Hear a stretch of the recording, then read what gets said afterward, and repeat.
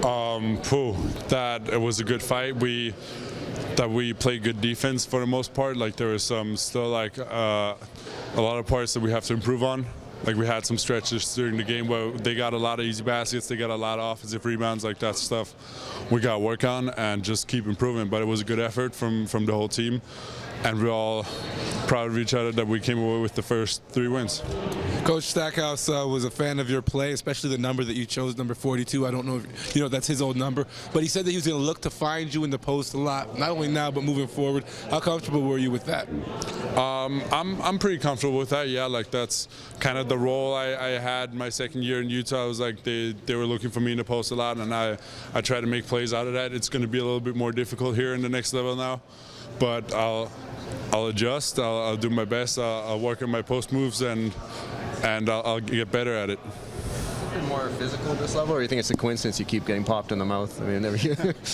I mean, I think that was a coincidence, but it definitely is more physical.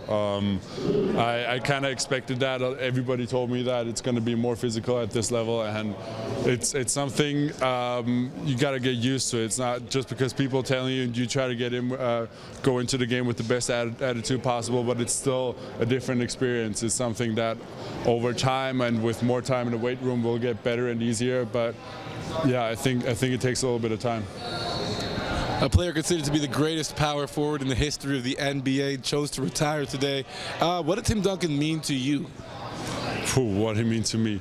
I mean, like you just said, he's most likely the best power forward of all times. Like he won 5 championships, like MVP, Finals MVPs. Like it's a crazy career. It's one of those guys like that you look up to as a kid. Like especially for me as a big, like he's one of those guys that just. You never knew how, but he always killed it. Like there's no reasonable explanation for it, I feel almost, but he was just out there killing it with his own style. So he obviously meant a lot to me growing up. What's it been like for you being reunited with DeLon, and how much better is he than the last time you saw him play, or last time you played with him? It's just easier to play with a guy that you've already played with for a whole season. Therefore, I think it's a good situation for me here in the Summer League because I have him, know how to play with him. And his improvement, well, I think he's still the same type of player, but he improved in every category as a player that he is, like his finishing, the reading, like how he reads the game, how his passing is all that stuff. His ball handling got better from his time in Utah.